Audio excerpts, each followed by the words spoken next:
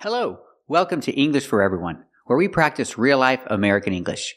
Today we're going to learn to avoid some mistakes, so let's get started.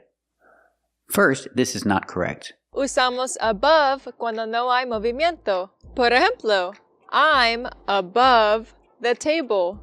She's not above the table. Her feet are touching the table, so we cannot use above in this case. We use on. She's on the table. She's not above the table. We use above in different situations, not this one. Let's practice. Is she above the table or is she on the table? That's right, she's on the table. This is also not correct. Hola, soy Ariannita. ¿Sabes cómo buscar trabajo en inglés? Acompáñame. Hi, are there any positions right now to work? Absolutely. You do not ask the question, are there any positions right now to work? Are there any positions to work? We do not ask the question like this. We say, are there any positions available right now? Again, are there any positions available right now? We don't use to work. We use available. And we put right now at the end of the question. Question, are there any positions available right now? And the answer is yes. There are some positions available right now. Let's practice. Are there any positions available right now? That's right, there are some positions available right now. Let's practice the question. Ask me the question. Yes, there are some positions available right now. Very good. This is also not correct. I cannot say, let me know down below what was your favorite part of the video. I have to switch was and use a positive structure. It's correct to say, let me know down below what your favorite part of the video was. We have to put was after the subject. If you put was before the subject, then it's a question. But this is not a question. We have to use a positive structure. Let me know down below what your favorite part of the video was.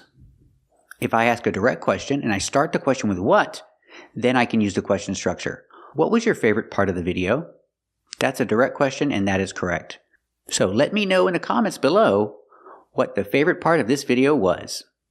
Today we're going to learn to avoid some important mistakes and practice speaking English correctly. So let's get started. First, this is not correct. And then after pouring that champagne glass, I would go next to my friend or family member and I would cheers them.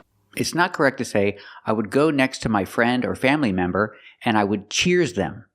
Cheers is not a verb. It cannot be used as a verb. Cheers is what you say. You raise your glass and you say cheers. So what's the verb? You can say, have a toast. Have a toast with somebody. You raise your glass, you say something, and you have a toast with someone. You cannot cheers somebody. So you can say, I would have a toast with them. The first part, I would go next to my friend or family member. I guess it's correct, but it sounds strange. I would say walk up to. I would walk up to my friend or family member and I would have a toast with them. Let's practice. So, if it were New Year's, what would you do? Would you walk up to your friend or family member and have a toast with them?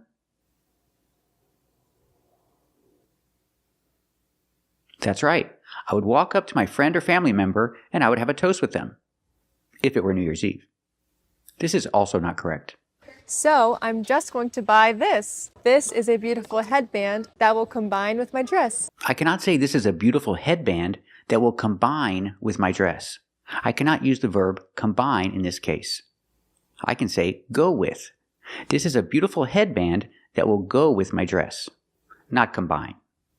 You can also say go well with. The word well is optional, so you can say go with or go well with. And it means that they look good together. So you can say, this is a beautiful headband that will go with my dress. Or this is a beautiful headband that will go well with my dress. You can also use the verb match. Match my dress. When you use the verb match, there's no preposition with. You cannot say match with, only match. I can say, this is a beautiful headband that will match my dress. What does it mean? It means they're the same color. So use match if they're the same color. And use go with or go well with if they just look good together. Example, her blouse goes well with her skirt. They're not the same color, but they look good together. So I can say go with or go well with. Her blouse goes with her skirt. Or I can say her blouse goes well with her skirt. Let's practice. Does her blouse go with her skirt? That's right. Her blouse goes with her skirt. Does her blouse go well with her skirt? That's right. Her blouse goes well with her skirt. Now let's practice with match. Her shoes match her skirt. They're the same color, so I use the verb match. And remember, there's no preposition with, just the verb match. Her shoes match her skirt. What if I start with skirt and I say her skirt? Then I have to change the verb and say matches because skirt is singular. Her skirt matches her shoes. They're the same color. Let's practice. Do her shoes match her skirt?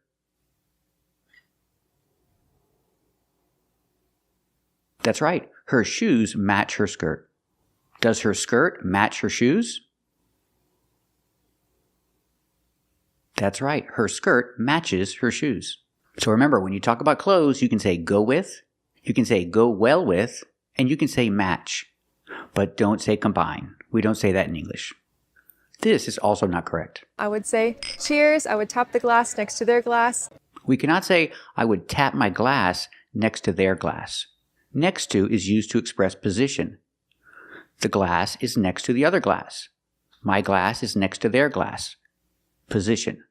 But if I use the verb tap, I have to use a different preposition. We use the preposition against. I would tap my glass against their glass. Not next to. Against. So when you have a toast, you tap your glass against their glass. And you say cheers. Let's practice. What do you do when you have a toast? Do you tap your glass against their glass and say cheers?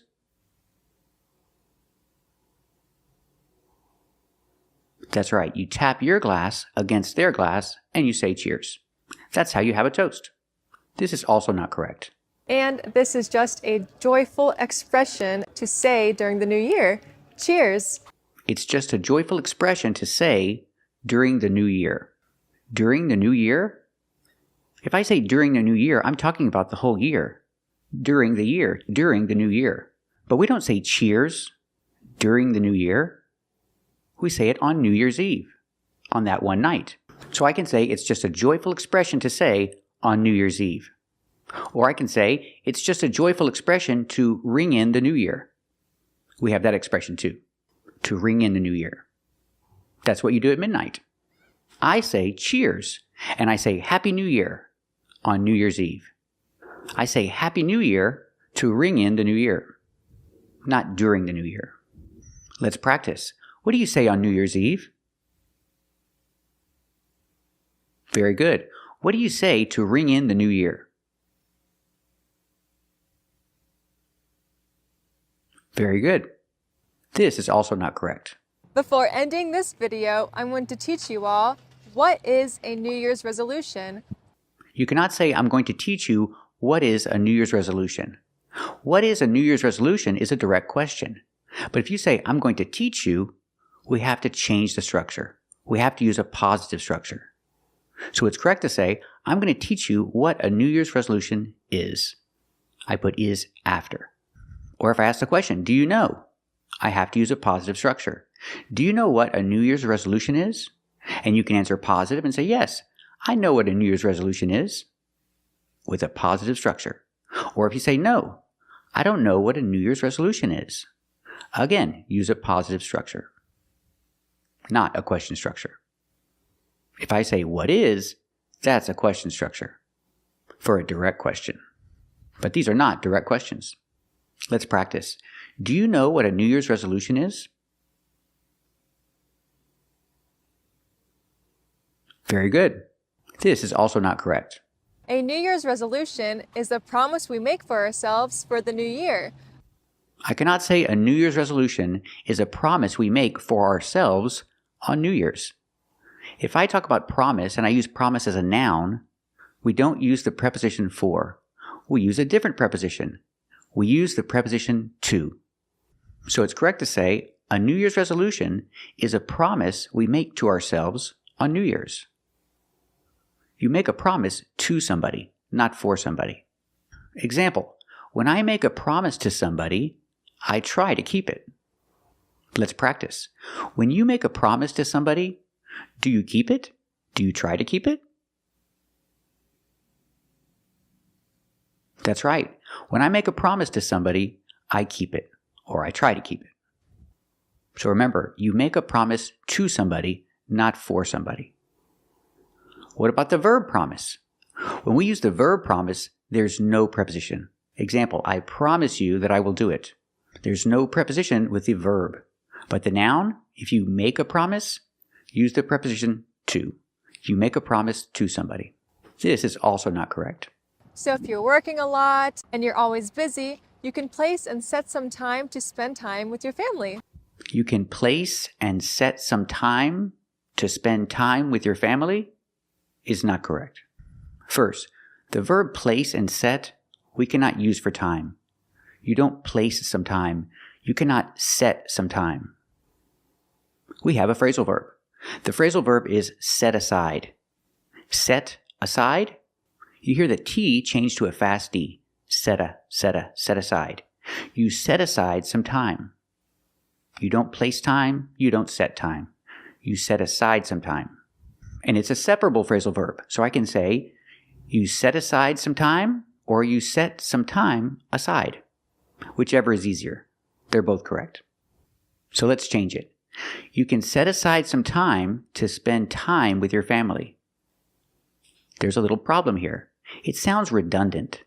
Redundant. What is redundant? It means to do or say something more than what is necessary. And we see the word time twice, 2 times. It sounds redundant.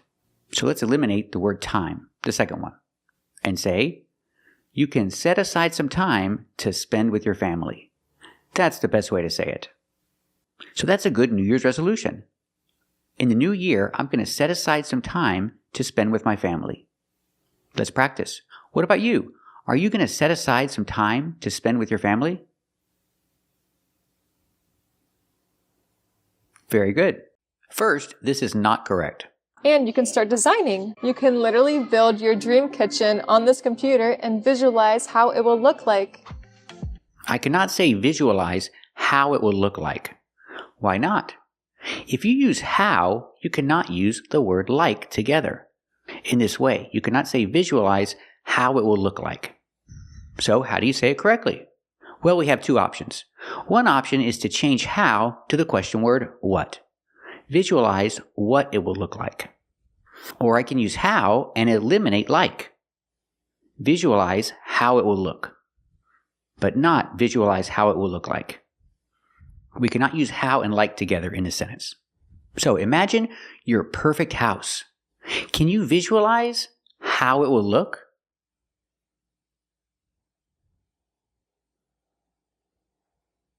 Me too. I can visualize how it will look. Can you visualize what it will look like?